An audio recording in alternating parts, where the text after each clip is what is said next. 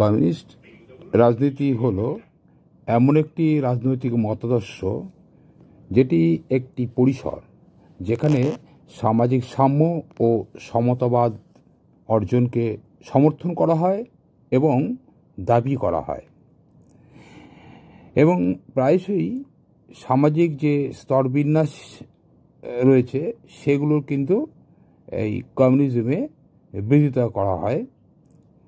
তো যাই হোক, আমাদের এই ভারতের কমিউনিস্ট পার্টি মার্ক্সবাদী তাদের মতানুসারে কমিউনিস্ট পার্টি ভারতে প্রায় 104 বছরের কাছাকাছি সময় অতিক্রান্ত করেছে। আমরা এই দীর্ঘ সময়ের মধ্যে আমরা যেটা দেখেছি, কমিউনিস্ট নেতৃত্বে আমরা পেয়েছি এক ঝাঁক উজ্জ্বল মানুষ, যেমন মুজফ্ফর আহমেদ, বিটি রণধীবে, পি সুন্দরাইয়া, ইএমএস নাম্বুদ্রিপাদ।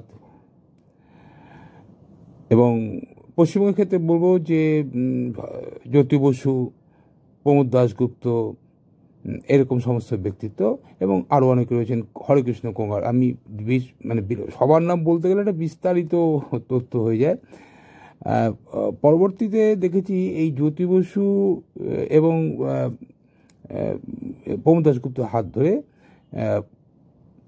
ঠিক তাদের সময়কালেই এক ঝাঁক তরুণ চলে এলেন পশ্চিমবঙ্গ রাজনীতিতে, কমিউনিস্ট রাজনীতিতে, যেমন সুভাষ চক্রবর্তী, শ্যামল চক্রবর্তী, অনিল বিশ্বাস, বিমান বসু, বুদ্ধদেব ভট্টাচার্য, দীনেশ মজুমদার, মানে এক ঝাঁক তরুণ নেতৃত্ব।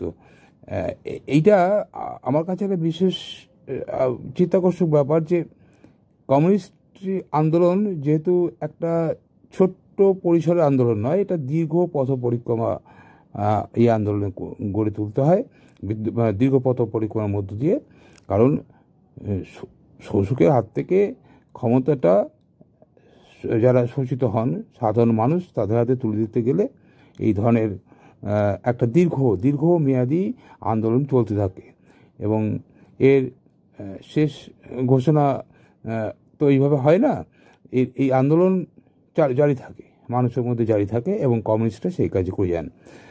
তো এই জ্যোতি বসু, প্রমোদ দাশগুপ্ত হাত ধরে এসেছিলেন বিমান বসু,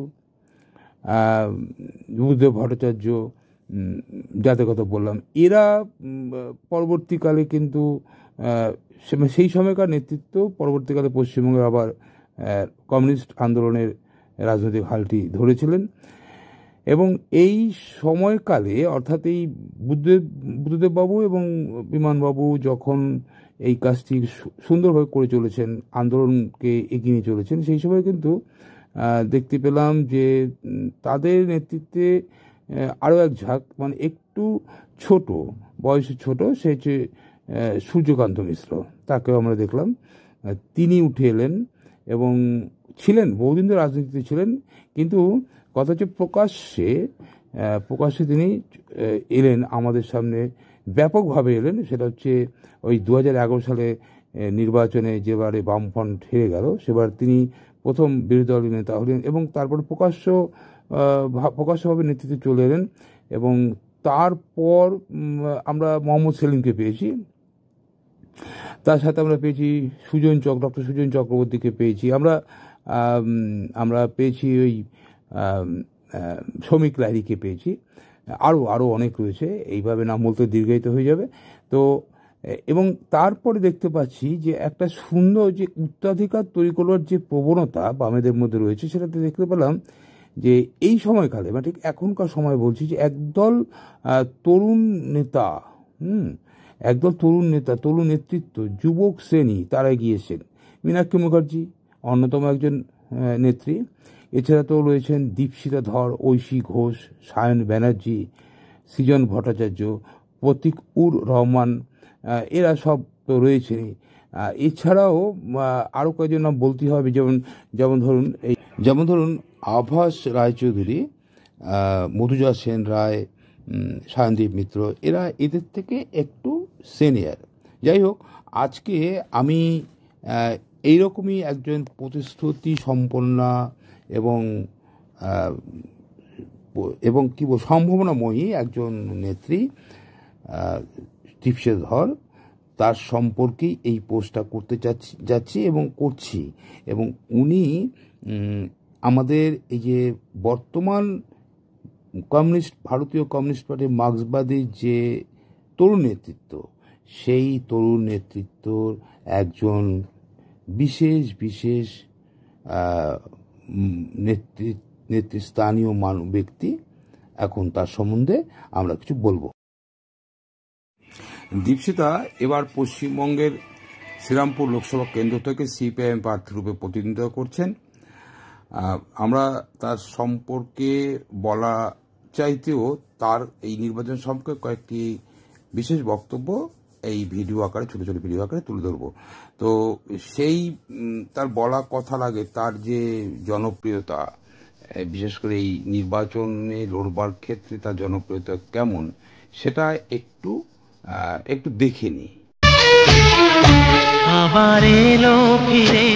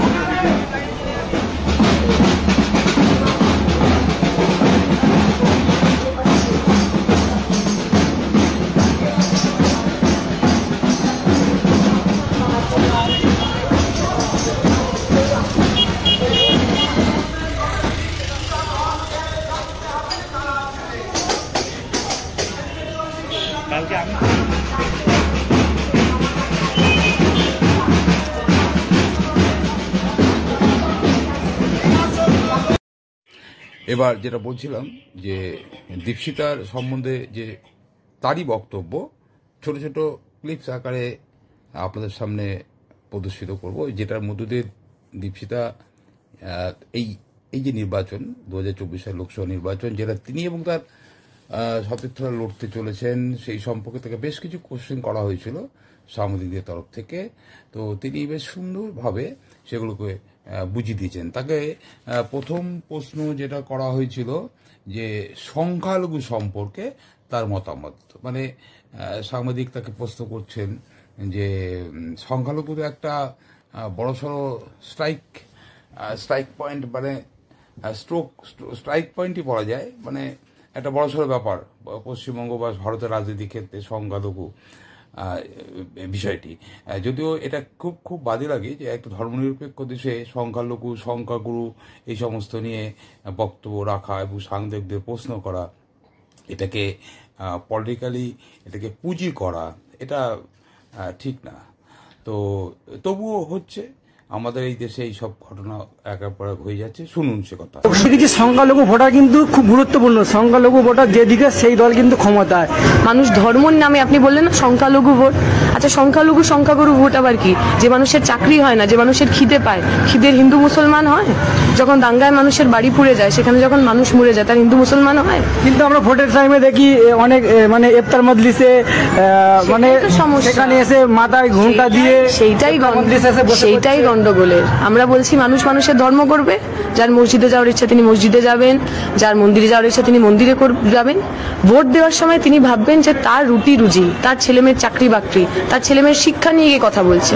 যারা ধর্ম নিয়ে রাজনীতি করে, সেটা বিজেপি হতে পারে, মন্দির নিয়ে রাজনীতি করেন, অথবা মমতা ব্যানার্জি কিছুদিন আগে গিয়ে একটা ঈদুল ফিতরের যে মঞ্চ, তাকে যেভাবে রাজনৈতিক মঞ্চ বানালেন, আমার মনে হয় এটা সঠিক সংস্কৃতি নয়। মানুষ মানুষের ধর্ম করুন, মন্দিরে করুন, মসজিদে করুন, গির্জায় করুন, যেখানে প্রাণে চায় করুন, আর ভোটটা নিজের অধিকারের জন্য দিন, ভোটটা নিজের রাজনীতির জন্য দিন, সেখানে ধর্মকে টেনে আনবেন না। ভোটের প্রচার দীক্ষিতাকে দ্বিতীয় প্রশ্ন করা হয়েছিল যে বামের ভোট, রামের ভোট বামে কি এবার আবার ফিরবে? মানে গত 2019 এবং 2021 সালে একটা প্রচারে এসেছিল, মানে গোপন প্রচারে এসেছিল বামের ভোট রামে চলে যাচ্ছে, এবং ঘটনা নাকি তাই হয়েছিল। দেখুন এবার রামের ভোট বামে ফেরার প্রসঙ্গে দীপশিতা কি বলছে শুনুন। রামের ভোট কি বামে ফিরবে? আমরা বলছি যে ভোট তৃণমূলকে হারাতে বিজেপির কাছে গেছিল, অনেকে স্বপ্ন দেখেছিলেন বিজেপি আসলে হয়তো তৃণমূলকে টাইট দেবে। তারা দেখলেন তৃণমূলের সব নেতারা, যা নেতার মধ্যে গন্ডগোল, তারা জেলে কম গেল, বিজেপিতে বেশি গেল। ফলে তাদের যে মোহ, সেই মোহ ভঙ্গ হয়েছে। মানুষ তৃণমূল অপশাসনের থেকে যেমন মুক্তি চান, তেমন বিজেপির সাম্প্রদায়িকতা থেকেও মুক্তি চান। মানুষ ভারতকে বাঁচাতে চান, বাংলা বাঁচাতে চান, সংবিধানের রাজ চান, আর তার জন্য তারা আমাদের চান, বামপন্থীদের চান, ধর্মনিরপেক্ষ মানুষদের চান। মানুষের কাছে এরপরই দীক্ষিতাকে প্রশ্ন করা হয়েছিল যে ভোটের প্রচারে সিপিএম তথা বামফ্রন্ট কি নিয়ে মানুষের কাছে যাচ্ছে। তো এই বিষয়ে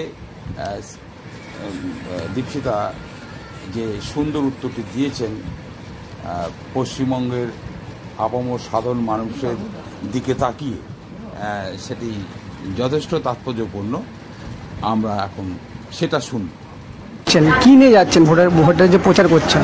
আমরা বলছি যে এই যা আপনি দেখছেন 100 দিনের কাজ, যখন বামপন্থীরা ইউপিএ 1 সরকারে ছিল, দিল্লি থেকে লড়ে 100 দিনের কাজ নিয়ে এসেছিল। আপনারা আমাদের সমর্থন করলে 100 দিনের কাজকে 200 দিন করব, প্রতিদিনের রোজকে 600 টাকা করব।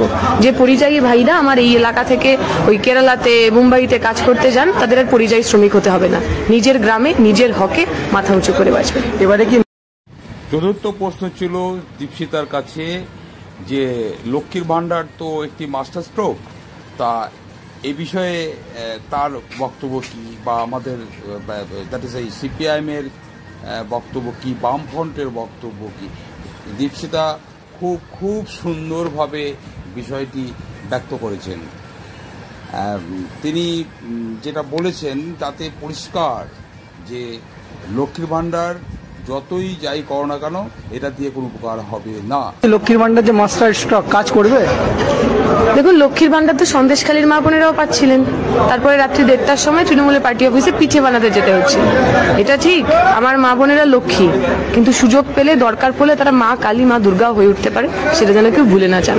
আপনি লক্ষ্মীর ভাণ্ডার দিচ্ছে দিন, কিন্তু আমাদের আপনি মাথা কিনে নেননি। আমাদের আত্মসম্মান, আমাদের আত্মমর্যাদা, আমাদের নিরাপত্তা, সেইটা সবচেয়ে গুরুত্বপূর্ণ। বিধানসভা দীপশিতা একটি চিত্তাকর্ষক উত্তর দিয়েছেন আইএসএফ প্রসঙ্গে, যেখানে তিনি স্পষ্ট করে বলে দিতে চেয়েছেন যে আইএসএফ প্রসঙ্গে কোনো আলোচনা এই মুহূর্তে তোলাটা ঠিক কিনা, সঠিক সাংবাদিকতার নিদর্শন এটা নয়। সাংবাদিক মানেই যে কোনো প্রস্তাব মানুষের কাছে প্রস্তাব আকারে পেশ করা বা প্রশ্ন উত্তর জানতে চাওয়া, এটা ঠিক না। একটা দায়িত্ববোধ থাকা উচিত। পঞ্চায়েত ভোটে কিন্তু আইএসএফ এর সাথে কিন্তু আপনাদের জোট ছিল, এই লোকসভা ভোটে কিন্তু সেই জোট আমরা দেখতে পেলাম। এটা কি কার ফারাক পড়ে, আইএসএফ এর না সিপিএম? দেখুন, এখন নির্বাচনের আগে এসব কথা বলার কোনো দরকার নেই। আমরা সব মানুষের কাছে যাচ্ছি।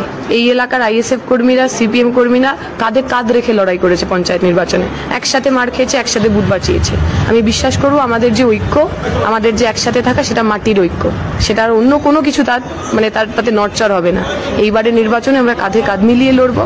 আমার কর্মী, সমর্থক সবাই, আমরা সবাই মিলে বুথ বাঁচাবো, এবং ওই কল্যাণ ব্যানার্জি তৃণমূলকে হারিয়ে কেন্দ্র থেকে বিজেপিকে সরিয়ে আমরা সবাই একসাথে এখানে বিজয় উৎসব পালন করবো। অন্যদিকে বিজেপির এবারের প্রচারে তুলে ধরা হয়েছে যে ওরা নাকি 400 সিট পার করে ফেলবে, মানে জয়লাভ করবে। 500 যে 45টি আসন আছে তার মধ্যে ওরা 400টির মতন আসন জয়লাভ করবে। তো এই ব্যাপারে যখন দীপশিতার কাছে প্রশ্ন করা হয়, তখন দীপশিতা সেটারও বেশ সুন্দর, সহজ, সরল উত্তর দিয়েছেন। শোনা যাক সে উত্তরটা কেমন। বিজেপি নেতারা বলছে যে আপকি বার 35%। মোদি তো ওয়াশিং মেশিন, হ্যাঁ ওয়াশিং মেশিন, উনি ছুলেই সমস্ত সব ঠিক হয়ে যায়। কি বলবেন? আর আমরা বলবো আমাদের ওয়াশিং মেশিন দরকার নেই, আমাদের ভালো লোক দরকার, যে লোক টাকা চুরি করে না, ঘুষ খায় না, আমার মা বোনের ইজ্জতে হাত দেয় না। এইখানে জাঙ্গিপাড়ারই তো ঘটনা। এই এলাকার একজন বামপন্থী মহিলা, তাকে বাড়িতে এসে ধমকি দিয়ে যাচ্ছে যে বিজেপি ক্ষমতা এলে বাড়ি থেকে তুলে নিয়ে যাব। যারা উনাও করে, হাতরাস করে, তাদেরকে কিন্তু সন্দেশখালী আটকানো যাবে না, সন্দেশখালীও আটকাতে হবে, হাতরাসও আটকাতে হবে। আমার মা বোনেরা, আমার পশ্চিমবঙ্গের মানুষ জাত পাত ধর্ম নির্বিশেষে মাথা উঁচু করে বাঁচবেন, কারুর ভয় কারুর ডরে থাকবেন না। ফুরফুরা শরীফে ঝড় তুলেছে সিপিআইএম, কর্মী সমর্থকদের ভিড় চোখে পড়ার মতো। ফুরফুরা শরীফে ভোটের প্রচারে সিপিআইএম এর প্রার্থী দীপশিতা ধর। দর্শক, আপনাদেরকে জানাবো, রাজ্যে লোকসভা নির্বাচন ঘোষণা হতেই প্রত্যেকটা রাজনৈতিক দল জোরে কদমে নেমেছে ভোটের প্রচারের ময়দানে। আপনাদেরকে জানাবো, এদিন ফুরফুরা শরীফের পীর ইব্রাহিম সিদ্দিকীর দেওয়া এবং আশীর্বাদ নিয়ে ভোটের প্রচার শুরু করেন দীপশিতা ধর। এদিন শ্রীরামপুর লোকসভা কেন্দ্র সিপিআইএম এর প্রার্থী দীপশিতা ধরের সমর্থনে ভোট প্রচারে ফুরফুরা কর্মী সমর্থকদের ভিড় ছিল চোখে পড়ার মতো। আপনাদেরকে জানাবো, এদিন হুট খোলা টোটোয় চড়ে ফুরফুরা পঞ্চায়েত এলাকার তালতলা হাট, বেলপাড়া, মানিকপীঠ তলা, রামপাড়া, দক্ষিণ দিঘি, হোসেনপুর, ফুরফুরা কালীতলা, উজলপুকুর, খাতুন মোড়, হাজিপুর, কাশীপুর, বাগচা, নীলারপুর, চাঁদপুর, ভীমপুর সহ বিভিন্ন জায়গায় প্রচার সারেন দীপশিতা ধর। পায়ে হেঁটে পাড়ায় পাড়ায় চলে বামেদের প্রচার। এই লোকসভা